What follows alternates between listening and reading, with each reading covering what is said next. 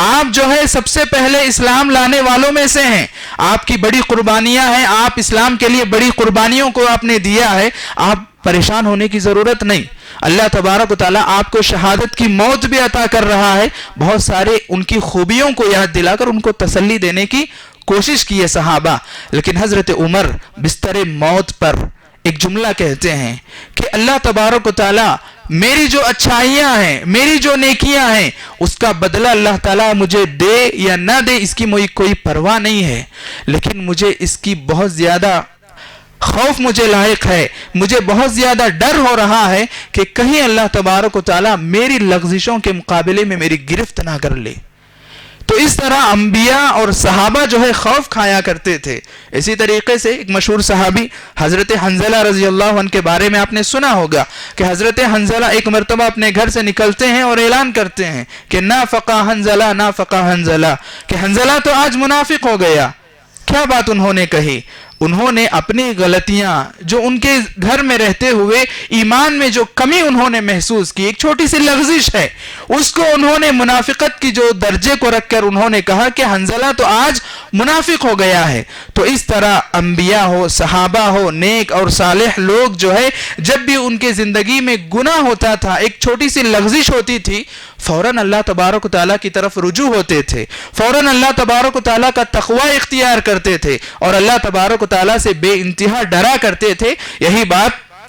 عبداللہ ابن مسعود رضی اللہ عنہ نے فرمائی کہ ایک مومن ایک چھوٹی سی لغزش اس کے زندگی میں ہوتی ہے تو ایسے محسوس کرتا ہے گویا کہ اس کے سر پر ایک پہاڑ رکھ دیا گیا ہے۔ کبھی ہم نے محسوس کیا ہے کسی اپنے بھائی کو جو ہے تکلیف ہم نے دی، اس کے بعد ہم جو ہے اپنے دل میں تکلیف محسوس کیا ہے؟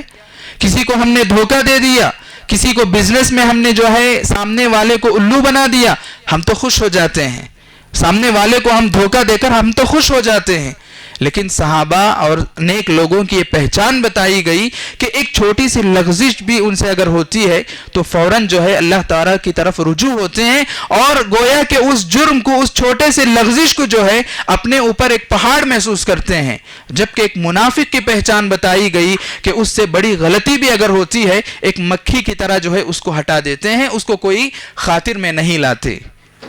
تو میرے بھائیوں، اس قدر جو ہے گناہ کے بارے میں، ڈرنے کے بارے میں کہا گیا ہے۔ آدمی کو ہمیشہ اللہ تبارک و تعالیٰ کی، یہ دیکھیے اللہ تبارک و تعالیٰ کا جو رحمت ہے یہ بہت وسیع ہے۔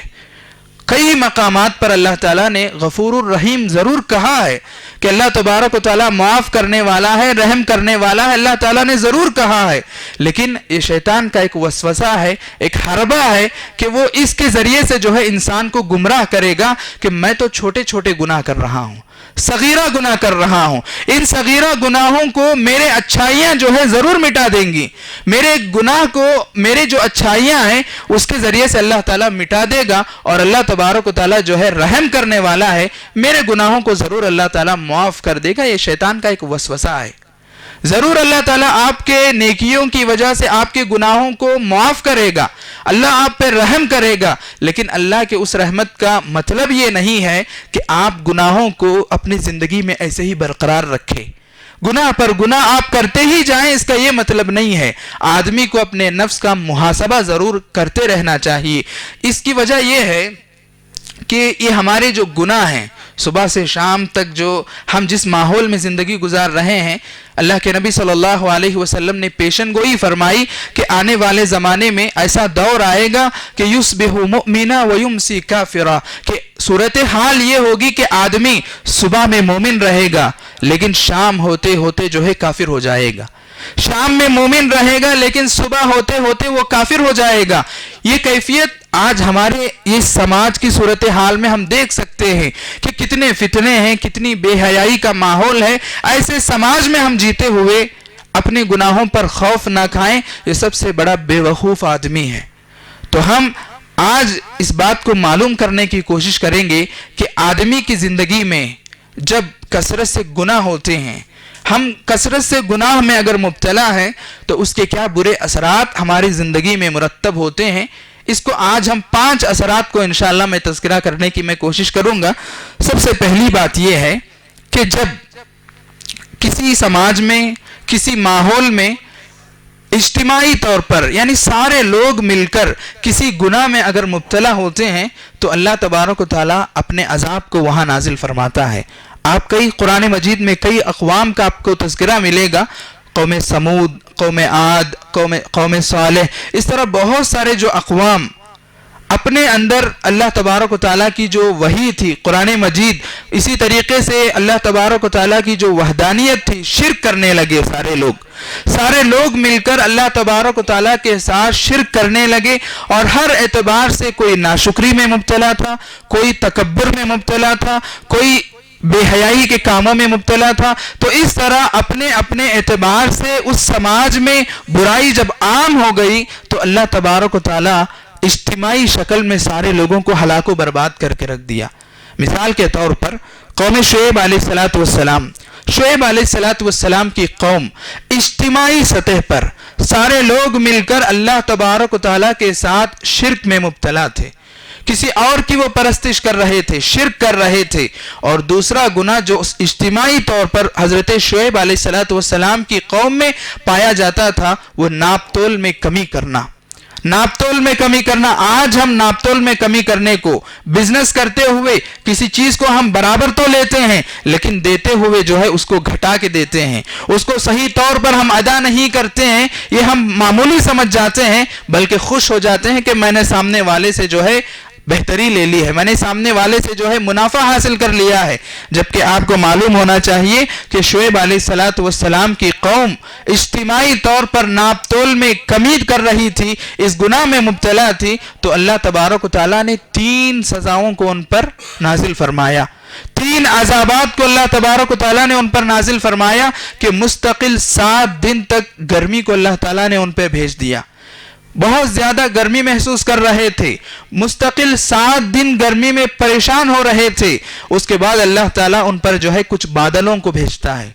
جب آدمی بادلوں کو دیکھتا ہے اور گرمی کی شدت بہت زیادہ ہے تو بارش کی امید سے جو ہے بادلوں کی طرف جاتا ہے.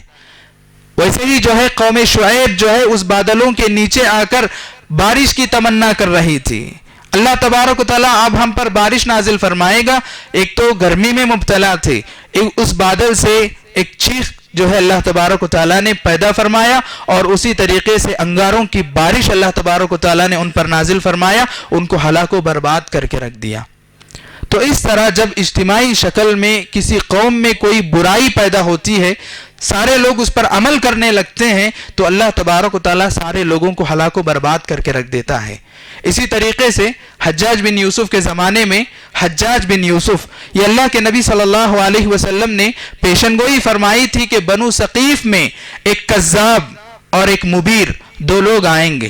کذاب کے بارے میں مختار الثقفی کے بارے میں لکھا گیا ہے، اور حجاج بن یوسف کے سلسلے میں کہا گیا کہ یہ مبیر تھا، بہت بڑا ظالم تھا، سفاک تھا. کئی لوگوں کو، کئی مسلمانوں کو اس نے قتل کر دیا، ظلم کیا. جب حسن بصری رحمت اللہ علیہ بہت بڑے محدث تھے اس زمانے کے، کچھ مسلمان، کچھ ایمان والے حضرات حسن بصری رحمت اللہ علیہ کے پاس آ کر شکایت کرتے ہیں کہ ہم پر حجاج جو ہے ظلم کر رہا ہے، ہم کو پریشان کر رہا ہے، کئی علماء کو حجاج نے جو ہے قتل کر دیا ہے. تو حجاج بن یوسف کے اس ظالمانہ رویے کو حسن بصری رحمت اللہ علیہ نے فرمایا کہ ما جاء الحجاج الا بذنوبنا، کہ حجاج جیسا ظالم حکمران اگر آج تم پر مسلط ہے تو تمہارے ہی بدعمالیوں کا یہ نتیجہ ہے، تمہارے ہی گناہوں کی وجہ سے اللہ تعالیٰ نے ظالم حکمران کو تم پر مسلط کر دیا ہے.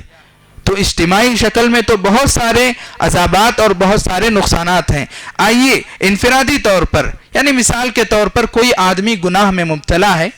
تو اللہ تبارک و تعالیٰ اس کے اس گناہوں کی وجہ سے کیا کیا جو ہے نقصانات اس کے زندگی پر اور کیا کیا اثرات جو ہے اس کے زندگی پر مرتب ہوتے ہیں، ہم 5 چیزوں کو ہم سننے کی کوشش کریں گے. سب سے پہلی بات یہ ہے کہ جب آدمی کثرت سے گناہ کرتا ہے، گناہ پر گناہ کرتے جاتا ہے، اللہ تبارک و تعالیٰ سے خوف نہیں کھاتا ہے، توبہ اور استغفار نہیں کرتا ہے، تو سب سے پہلی چیز یہ ہے کہ اس آدمی سے اللہ تبارک و تعالیٰ خیر و شر کی تمیز کو ختم کر دیتا ہے. کتنی بڑی جو ہے سنگین بات ہے کہ آدمی کی زندگی سے اچھائی اور برائی کو پہچاننے کی تمیز ختم ہو جاتی ہے. اسی کو قرآن مجید جو ہے الران سے جو ہے تعبیر کرتا ہے کلا بل ران علی قلوبہم ما کانوا یکسبون، کہ جو لوگ اپنے اعمال کرنے ہیں، مطلب غلط کاموں میں مبتلا ہیں، گناہوں میں مبتلا ہیں، ایسے گناہوں کی وجہ سے اللہ تبارک و تعالی بہت سارے لوگوں کے دلوں پر زنگ آلود کر دیتا ہے۔ صحیح اسی طریقے سے صحیح حدیث ہے، حضرت ابو ہریرہ رضی اللہ عنہ راوی حدیث فرماتے ہیں کہ جب ایک آدمی گناہ کرتا ہے تو ایک سیاہ ڈاٹ، ایک سیاہ دھبا جو ہے اللہ تبارک و تعالی اس کے دل پر لگا دیتا ہے۔ جب آدمی توبہ کرتا ہے تو وہ دھبا خود بخود مٹا دیا جاتا ہے، لیکن آدمی توبہ اور تقوی سے دور ہو کر گناہ پر گناہ کرتے جاتا ہے تو وہ سیاہی بھی ویسے ہی پھیلتی جاتی ہے، یہاں تک کہ پورا دل انسان کا سیاہ ہو جاتا ہے۔ جب آدمی کا پورا دل سیاہ ہو جائے تو آدمی کے اندر اچھائی اور برائی کو پہچاننے کی تمیز ختم ہو جاتی ہے، یہاں تک کہ آدمی برائی کرتے ہوئے بھی اس برائی کو اچھائی سمجھ کر کرتا ہے۔ آج ہمارے سماج کے کتنے نوجوانوں کو آپ دیکھیے، ان کے جو ہیئر سٹائلز ہیں، ان کے جو لباس ہیں، ان کا جو رہنا سہنا ہے، ان کا جو منکرات کا استعمال کرنا ہے، ان ساری چیزوں کو استعمال کرتے ہوئے، ان ساری چیزوں کو پہنتے ہوئے فخر محسوس کرتے ہیں، جبکہ وہ غلط کر رہے ہیں، قرآن و حدیث کے خلاف وہ کر رہے ہیں، گناہوں میں مبتلا ہیں، اس کے باوجود انہیں کوئی احساس نہیں ہے۔ اس کی وجہ یہ ہے کہ ان کے دل بیمار ہو چکے ہیں، ان کے دلوں پر زنگ چڑھ چکا ہے۔ اس لیے اللہ کے نبی صلی اللہ علیہ وسلم نے فرمایا کہ دل میں انسانی جو جسم ہے اس میں دل کی بڑی اہمیت اللہ کے نبی صلی اللہ علیہ وسلم نے فرمایا کہ اذا صلحت صلح الجسد کلہ، جب آدمی کا دل ٹھیک رہتا ہے، اچھا رہتا ہے، تو سمجھو کہ انسان کا پورا بدن ٹھیک رہتا ہے، پورا بدن انسان کا صحیح رہتا ہے۔ وَإِذَا فَسَدَتْ فَسَدَ الْجَسَدُ كُلُّ، جب آدمی کا دل ہی خراب ہو جائے، فساد میں مبتلا ہو جائے، ان بیماریوں کی وجہ سے زنگ آلود اگر ہو جاتا ہے تو انسان کا سارا جسم، انسان کے سارے اعمال، سارے کام بھی جو ہے ویسے ہی منکرات میں مبتلا ہو جاتا ہے، ویسے ہی فساد میں انسان مبتلا ہو جاتا ہے۔ تو سب سے پہلے مجھے اور آپ کو گناہوں سے بچنا چاہیے۔ اگر ہم اپنے ہی گناہوں میں ایسے ہی ہم اپنے آپ کو گناہوں کی زندگی میں برقرار رکھیں گے تو ہمارے دل بھی جو ہے ضائع ہو جائیں گے، جس کے بعد ہم کو خیر اور شر میں جو تمیز اللہ تعالیٰ نے ہمارے پاس ایک عظیم صلاحیت رکھی ہے وہ چیز ہم سے ختم ہوتی چلے جائے گی۔ اسی طریقے سے ایک دوسری اہم بات یہ ہے، ایک دوسرا اثر یہ ہے کہ انسان کثرت سے گناہ کرنے کی وجہ سے اللہ تبارک و تعالیٰ کے جو قیمتی انعامات ہیں، جس کو ہم رزق چاہے کہیں، ہماری صحت ہم چاہے کہیں، بہت سارے جو قیمتی انعامات اللہ تبارک و تعالیٰ ایک بندے کو جو دیتا ہے ان انعامات سے اللہ محروم کر دیتا ہے۔ مثال کے طور پر کئی اقوام کو آپ دیکھیے، اللہ تعالیٰ جو ہے بہت ساری چیزوں سے نوازا تھا۔ قوم سبا کے بارے میں آتا ہے کہ اللہ تبارک و تعالیٰ ہرے بھرے باغات ان کو عطا فرمایا تھا، لیکن اللہ تبارک و تعالیٰ کی ناشکری پر اتر آئے، مستقل ہمیشہ اللہ تعالیٰ کی ناشکری جب کر رہے تھے، انہی باغات کو اللہ تبارک و تعالیٰ کانٹے دار جھاڑوں میں تبدیل کر دیا۔ جو عظیم نعمت ان کے پاس اللہ تعالیٰ کی موجود تھی، ناشکری کی اس گناہ کی وجہ سے اللہ تعالیٰ کانٹے دار جھاڑیوں میں اس نعمت کو تبدیل کر دیا۔ تو مجھے اور آپ کو صبح سے شام تک ہم جو رزق کمانے کے چکر میں گھروں سے نکلتے ہیں، پریشان ہوتے ہیں، محنتیں ہم جو کرتے ہیں، لیکن جو ہے رزق کے سلسلے میں ہمیشہ شکایت میں رہتے ہیں، جبکہ حدیث میں آتا ہے کہ ان الرجل لا يحرم الرزق بالذنب يصيبه، کہ آدمی کو اس کے گناہوں کی وجہ سے اس کے رزق میں کمی کر دی جاتی ہے۔ اگر آپ کو تمہارا رزق، اگر آپ کو اپنا رزق حاصل کرنا ہے، اللہ تبارک و تعالیٰ کی نعمت کا حصول اگر آپ کرنا چاہتے ہیں تو اللہ تعالیٰ سے ڈرنا چاہیے۔ وَمَن يَتَّقِ اللَّهَ يَجْعَلْ لَهُ مَخْرَجًا، قرآن مجید کے ایک اور مقام پر اللہ نے فرمایا کہ جو اللہ سے خوف کھاتا ہے، اللہ تبارک و تعالیٰ ایسے آدمی کے لیے راستوں کو ہموار کرے گا، بہت سارے مسائل کو آسان کرے گا۔ لیکن اس کے مقابلے میں آپ گناہ کریں گے، اللہ سے نہیں ڈریں گے، تو اللہ تبارک و تعالیٰ آپ کے موجودہ جو نعمتیں ہیں وہ بھی گھٹا دے گا، بلکہ بسا اوقات نعمتوں کو اللہ تعالیٰ چھین لے گا۔ قارون کا خزانہ بڑا مشہور ہے، ہم سنتے ہیں کہ قارون کا جو خزانہ تھا اس کی چابیاں اٹھانے کے لیے مستقل ایک جماعت تھی، لیکن جب وہ تکبر کیا، غرور کیا، سارے خزانے کی طرف اپنی طرف منسوب کیا کہ میں نے اپنے محنت سے کیا ہے، میری وجہ سے سب کچھ ہوا ہے. تو قرآن مجید میں اللہ تبارک و تعالیٰ نے فرمایا فَخَسَفْنَا بِهِ وَبِدَارِهِ الْأَرْضِ، ہم نے قارون کو اور قارون کا جتنا خزانہ تھا سب کچھ ہم نے جو ہے زمین میں دھسا دیا. اس کا جو غرور تھا اس کے غرور کو ہم نے کچل دیا، اس کے غرور کو ہم نے ختم کر دیا، اس کے غرور کو ہم نے توڑ دیا. تو میرے بھائیوں، ایک دوسرا بڑا اثر یہ ہے کہ گناہوں کی وجہ سے انسان اپنے رزق سے محروم ہو جاتا ہے. گناہوں کی وجہ سے انسان اللہ تبارک و تعالیٰ کی قیمتی نعمتوں سے محروم ہو جاتا ہے. اسی طریقے سے ایک تیسرا اثر یہ ہے کہ آدمی کثرت سے گناہوں کی وجہ سے بیماریوں میں مبتلا ہو جاتا ہے. صحت جو ہے اللہ تبارک و تعالیٰ کی عظیم دولت ہے. یہ صحت جو اللہ تبارک و تعالیٰ ہم کو جو عطا فرمایا ہے یہ عظیم دولت ہے. ایک حدیث میں اللہ کے نبی صلی اللہ علیہ وسلم نے فرمایا کہ نعمتان مغبون فیہما کثیر من الناس، دو نعمتیں ایسی ہیں کہ بہت سارے افراد ان دو نعمتوں سے جو ہے محروم ہیں، یعنی ان دو نعمتوں کے سلسلے میں غور و فکر نہیں کرتے، اپنے آپ کو جو ہے ان کے سلسلے میں سوچتے نہیں ہیں. وہ دو چیزیں کیا ہیں؟ الصحت والفراغ. تو پہلی نعمت اللہ کے نبی صلی اللہ علیہ وسلم نے یہ بیان فرمائی کہ وہ اچھی صحت ہے. جب ہم کثرت سے گناہ کرتے ہیں، نافرمانیاں کرتے ہیں، تو اللہ تبارک و تعالیٰ گناہوں میں مبتلا کر دیتا ہے. جیسا کہ حدیث میں آتا ہے کہ ابن ماجہ کی حدیث ہے، ایسی ایسی بیماریاں اللہ تبارک و تعالیٰ نازل کرتا ہے، ایسی ایسی بیماریوں میں مبتلا کرتا ہے جو بیماریاں ہمارے اسلاف نہیں جانتے تھے، ہمارے پرانے لوگوں میں وہ بیماریاں موجود نہیں تھیں. جیسا کہ کہا گیا لم تکن فی اسلافہم الذین مضوا، کہ اللہ تبارک و تعالیٰ ایسی بیماریوں میں انسانوں کو مبتلا کر دے گا جو کثرت سے گناہ کرتے ہیں، کہ ایسی بیماریاں جو بیماریاں کہ اس سے پہلے اس کی مثال نہیں تھی. ہمارے بڑے ان بیماریوں کو جانتے تک نہیں تھے. آپ نے دیکھا قریب میں کیسی کیسی بیماریاں آ رہی ہیں. ہر دن جب صبح ہوتی ہے کوئی نہ کوئی بیماری وجود میں آتی ہے، کوئی نہ کوئی بیماری پیدا ہو رہی ہے. بڑے بڑے ڈاکٹرز جو ہے ان بیماریوں کے علاج کے سلسلے میں پریشان ہیں. یہ ہمارے گناہوں کی نتیجہ، ہمارے گناہوں کی سزا ہے، ہمارے گناہوں کا نتیجہ ہے. اس پر ہم کو غور کرنا چاہیے، گناہوں سے باز آنے کی ہم کوشش کرنا چاہیے. اسی طریقے سے ایک چوتھا اثر یہ ہے کہ آدمی جب کثرت سے گناہ کرتا ہے تو اللہ تبارک و تعالیٰ کی نفرت میں وہ آ جاتا ہے. پورے سماج جو ہے اس آدمی سے نفرت کرنے لگتی ہیں. صحیح مسلم کی حدیث ہے، اللہ کے نبی صلی اللہ علیہ وسلم نے فرمایا کہ جب بندہ، ایک آدمی، ایک مومن آدمی کوئی نیک عمل کرتا ہے، کوئی اچھا کام کرتا ہے، تو اللہ تبارک و تعالیٰ اس بندے سے محبت کرنے لگتے ہیں. اللہ تبارک و تعالیٰ کی محبت حاصل کرنا کتنی بڑی بات ہے. ایک آدمی ایک نیک عمل کرتا ہے تو اللہ تعالیٰ اس سے محبت کرنے لگتے ہیں. صرف اللہ تبارک و تعالیٰ نہیں بلکہ فرشتوں کو بلاتے ہیں. حضرت جبرائیل کو کہتے ہیں اے جبرائیل فلاں بندے سے میں محبت کرتا ہوں، تم بھی ان سے محبت کرو.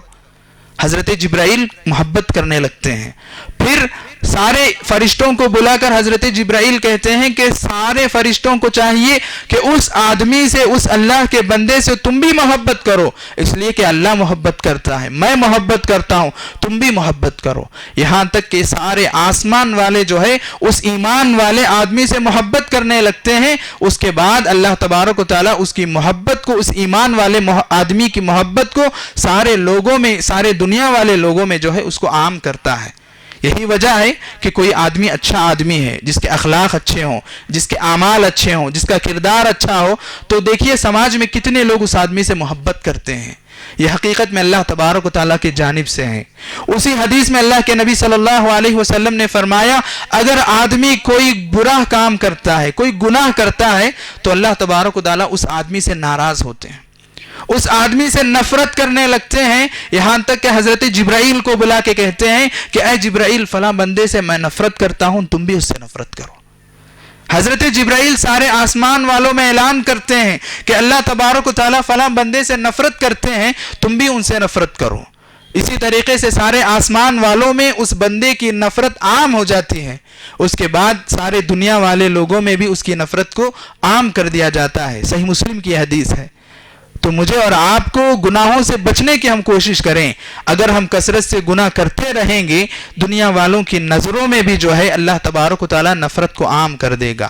آج ہم گناہ کیوں کر رہے ہیں؟ کسی کو راضی کرنے کے لیے، کسی کی محبت کو پانے کے لیے یاد رکھیے اللہ تبارک و تعالیٰ کو راضی